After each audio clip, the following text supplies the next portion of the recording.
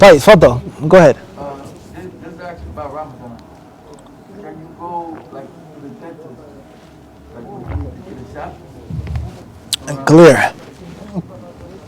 With regards to going to the dentist in the month of Ramadan, obviously when you're fasting in the daytime, a shot or whatever, etc.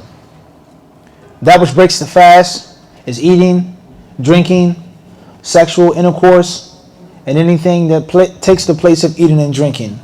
With regards to needles, patches, pills, something that supplies nourishment and nutrients to the body. So whatever you're getting done that does not fall under one of those three things is permissible to do during your fast. But it's not necessarily most advisable.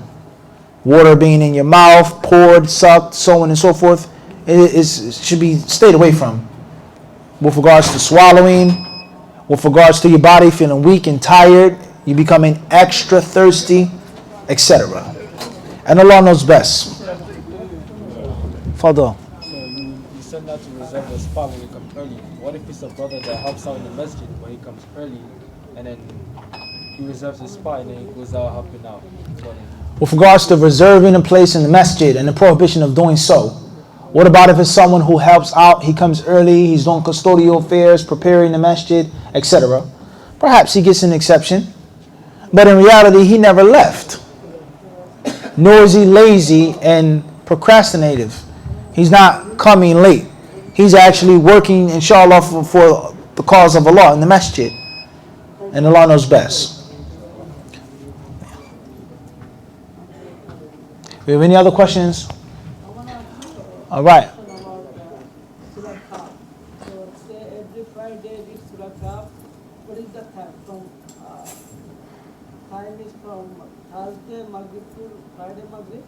Clear. The time of Surah Al-Kahf. With regards to the scholars who say that it's recommended to recite that surah on Jumu'ah, is it from Thursday night up until Maghrib? It's possible. It's also possible for it to be from after Fajr on Friday, like the ghusl, inshallah ta'ala. So if you're trying to get the virtue of Surah Al-Kahf for Jumu'ah, it's best to start reciting it after Fajr. It's best to start reciting it after Fajr and not on Thursday night. And Allah knows best. Fadal. Yes, in regards to the Jumu'ah. I know part of the excellence of Jumu'ah is coming into the Masjid, making 2 rakats and being silent. Is there any time that you can't speak out? Questions regarding talking on Jumu'ah, coming in the masjid, making the 2 rak'ah, sitting down, waiting for the imam, remaining silent, that being excellent. Is there any time you cannot talk, etc.? Yeah, there are times in which you can talk. Before the imam comes, it's not prohibited to talk.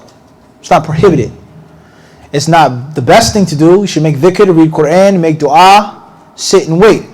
But if a brother said something to you, the imam is not speaking, that's fine.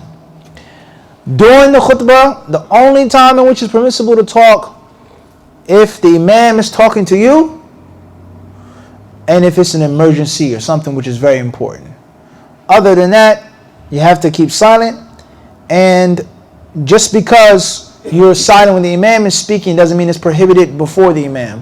If you come at 11 a.m., it doesn't mean that you can't talk until the imam starts talking. Wallahu alam. Wa alaikum salam wa rahmatullah.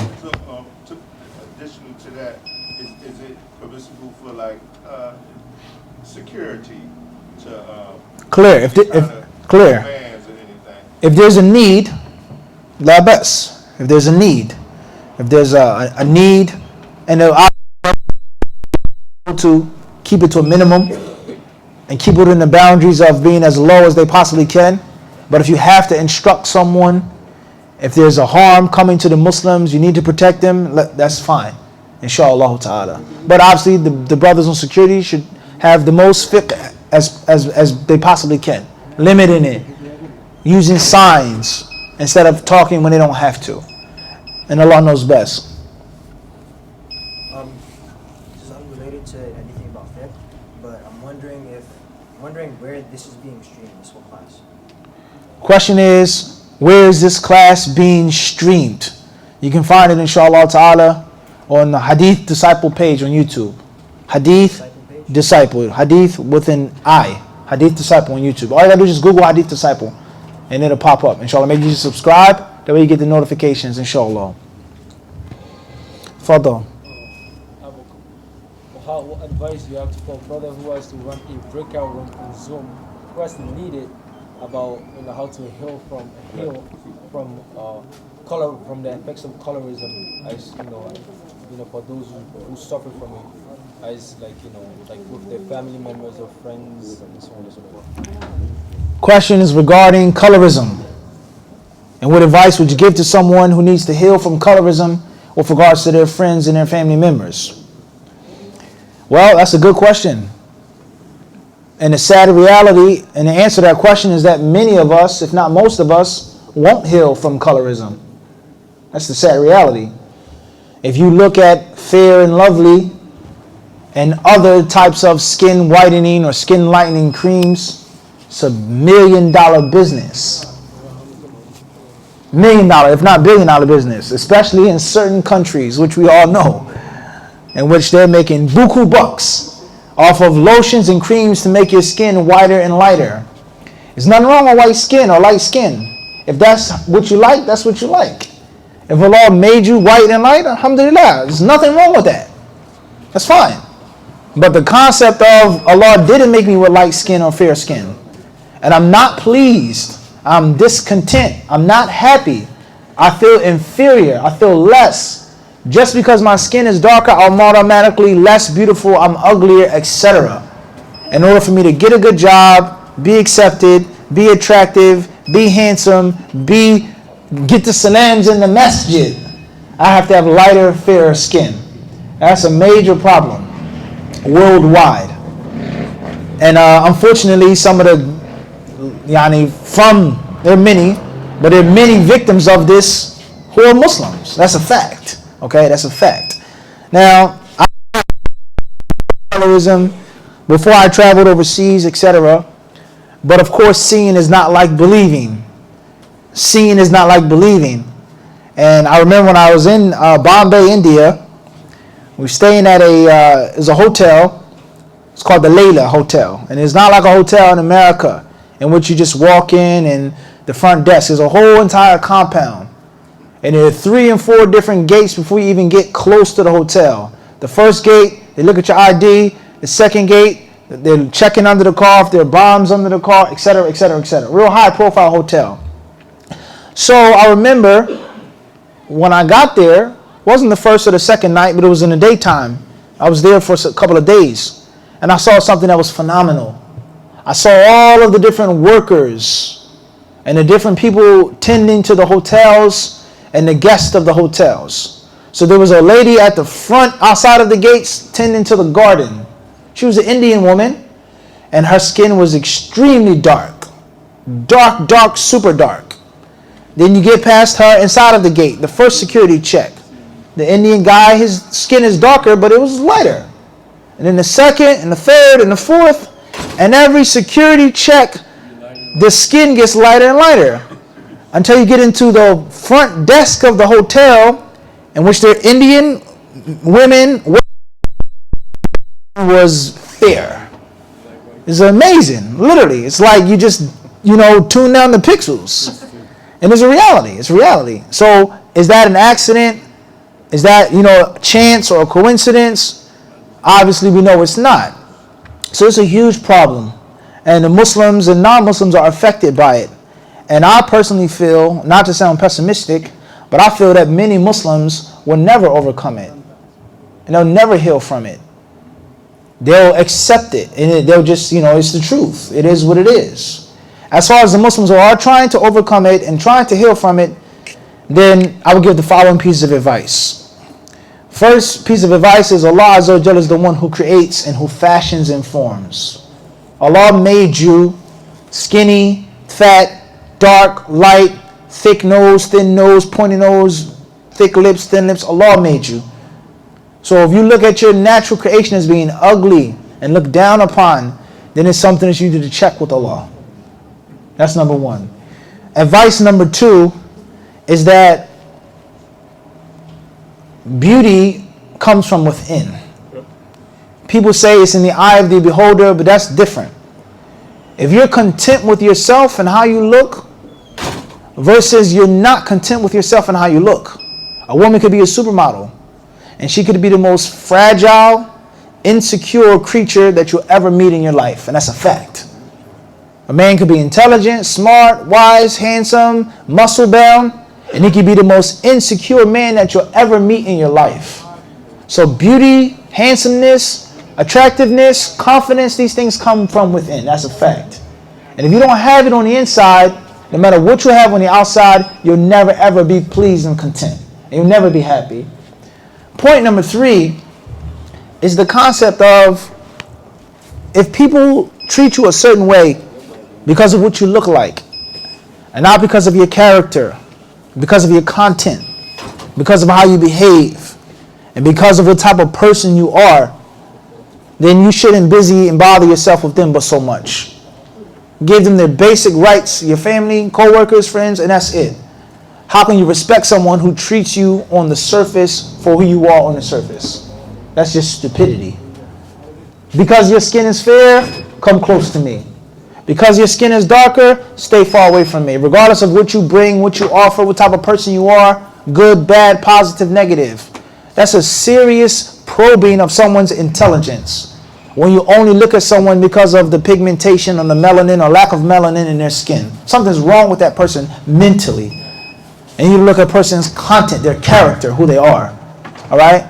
Those are the advices that I would give to Muslims who are trying to heal from that.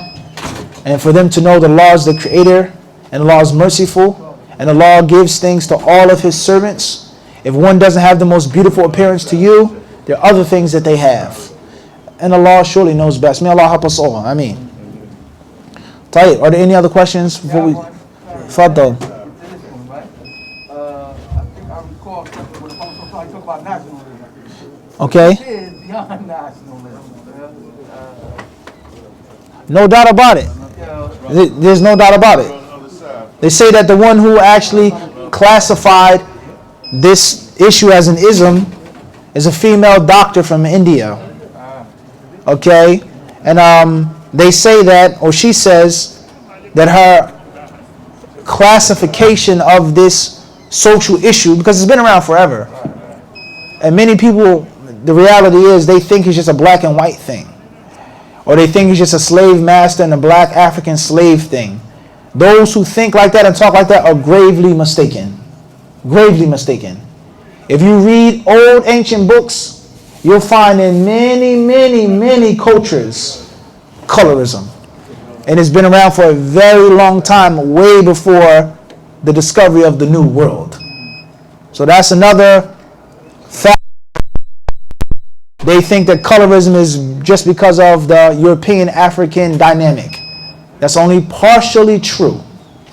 That's only partially true. All right? That's number one. Number two is, this lady, she's a doctor. She classified it because it was around. But she was actually the one who came up with the term and classified like racism, nationalism, feminism, etc. All right? And she said, and she basically said that it's very phenomenal because racism is one thing. People with different skin complexions but they have the same race. Nationalism is one thing. We're the same color but you're from a different nation, a different side of the border. But now we have within one race, within one nation, within one tribe, a further separation, and that is skin complexion. And the different advantages or disadvantages of being lighter or darker. Alright, so that's a problem. And alhamdulillah, like all other problems, social problems, Islam, the Quran, and the Hadith of the Prophet ﷺ have provided the solution. Inna akramakum indallahi atqakum. The best of you to Allah, the most honorable of you to Allah, are those who have the most fear of Allah. Period. Done. Over. Black, white, light, red, yellow. That's the bottom line. The best Muslim is one who's most beloved to Allah subhanahu wa ta'ala. And Allah knows best. طيب.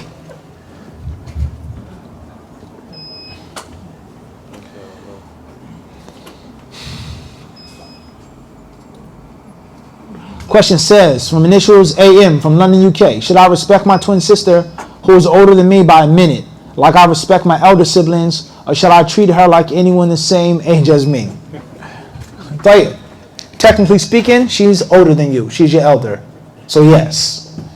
But of course, obviously, a twin sister is nothing like someone who's a year, 2, 3, 4 years older than you. It's a difference. But technically speaking, they came before you, whether you like it or not, even if it's for 1 minute.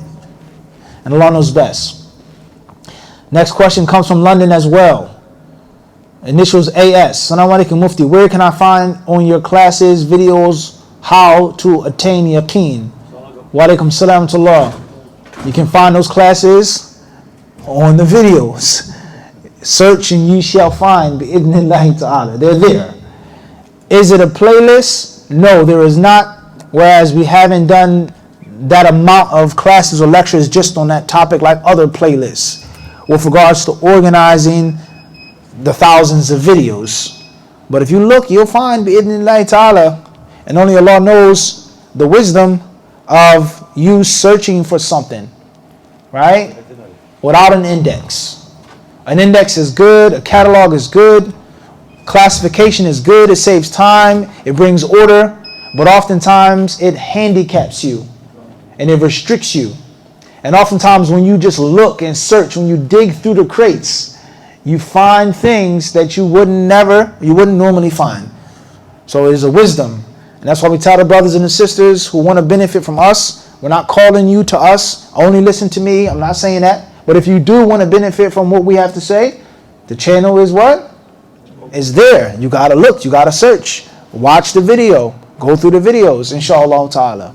And Allah knows best. Next question from online says,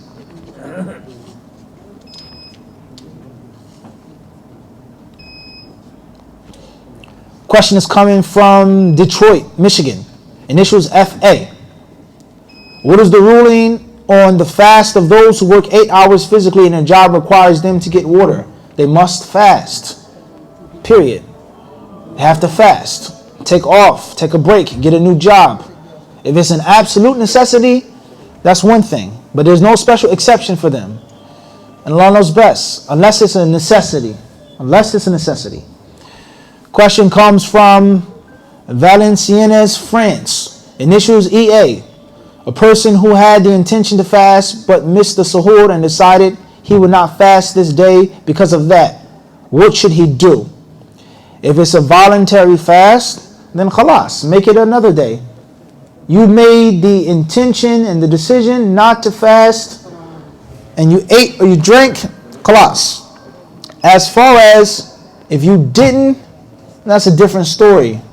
But you had the resolve not to fast after Fajr.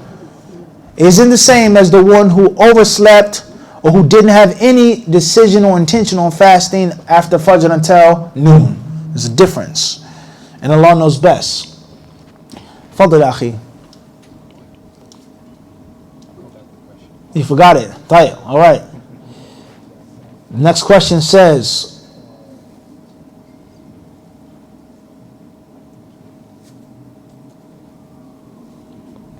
this is coming from Springfield, Virginia. Initials AM. Assalamu alaikum Mufti. May Allah bless you. Would you say halal pepperoni pizza is imitating kuffar? There's nothing wrong with that, inshallah. Just because the kuffar do something doesn't mean that it's absolutely prohibited for us to do. The scholars of Islam tell us is at-tashabbuh bil kuffar, which is madhmoom, is at-tashabbuh bihim fima min or fima huwa min khasa'isihim. That which is specifically, specially known to them, only they would do, then you can't do it. As far as something which is generally shared, acceptable, then that's fine. The Muslims have halal pepperoni, there's nothing wrong with that. Bi'idhnillahi ta'ala. Inshallah, we'll stop for the adhan, and we'll take a few more questions after the adhan. Bi'idhnillah.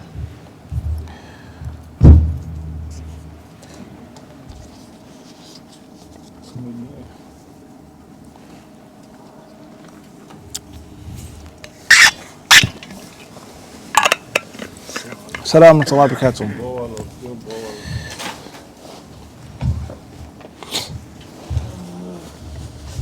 الله أكبر الله أكبر الله أكبر الله أكبر أشهد أن لا إله إلا الله أشهد أن لا إله إلا الله أشهد أن محمدا رسول الله أشهد أن محمدا رسول الله حي على الصلاة لا حول ولا قوة إلا بالله. حي على الصلاة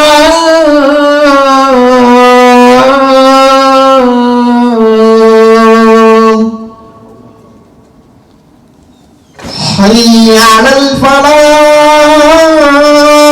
الفلاح حي على الفلاح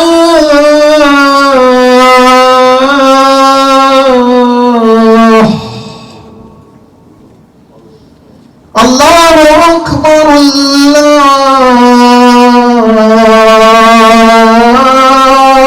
الله أكبر لا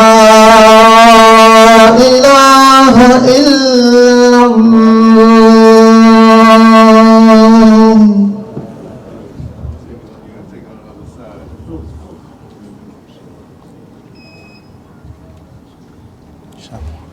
How much time we have? Or is that it? Class?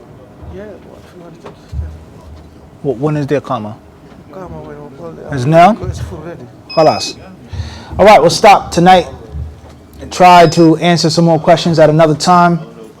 Make sure you write down your question, the way you won't forget, inshallah ta'ala. And you guys enjoy your night or your evening or your morning or whatever time zone you may be in. Sallallahu sallam wa barak ala abdihi wa rasulihi nabiyina wa imamina Muhammad. Assalamu alaikum wa rahmatullahi wa barakatuh.